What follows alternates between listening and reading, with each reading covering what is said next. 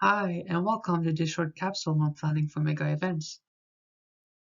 Mega events like the Olympics have important implications in terms of transportation and land use as they require specific venues that will act as large trip generators over a short period of time. In the short term, this entails putting in place measures to promote a smooth transportation of all event participants and residents. In addition to that, mega events can have important impact on the long-term urban structure of a city as they allow for massive investments and redevelopment. However, this is dependent on the long-term usage of any infrastructure built for the purpose of the event. Let's now take a look at two case studies to better understand these effects.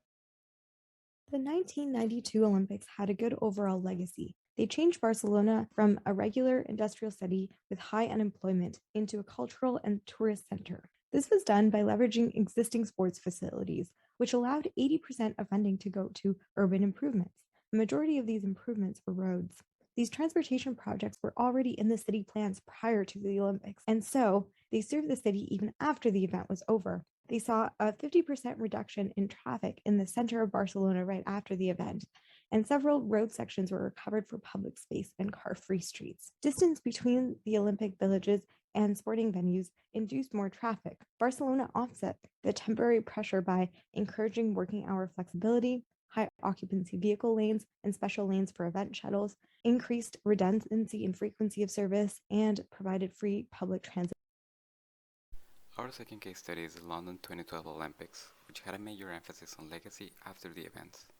The Games speeded the redevelopment process of East London, a plan that already had years in motion, but only materialized as part of the Games' delivery plan.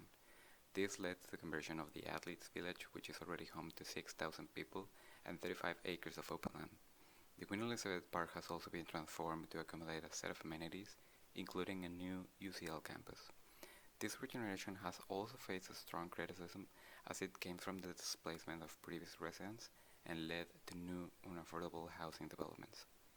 Finally, according to the official transportation plan, investments in transport infrastructure were made only where strong benefits after the game were identified. This led to major extensions and improvements in the public transit system to increase capacity. Looking ahead, the International Olympic Committee has officially recognized the importance of legacy and sustainability in the planning of the Games. According to some media outlets, Paris, the next Olympic host, is in a unique position to deliver the Games without major negative outcomes, as the city is expected to allocate over 90% of their venues using existing infrastructure, and the Grand Paris Express project will expand the city's transportation capacity.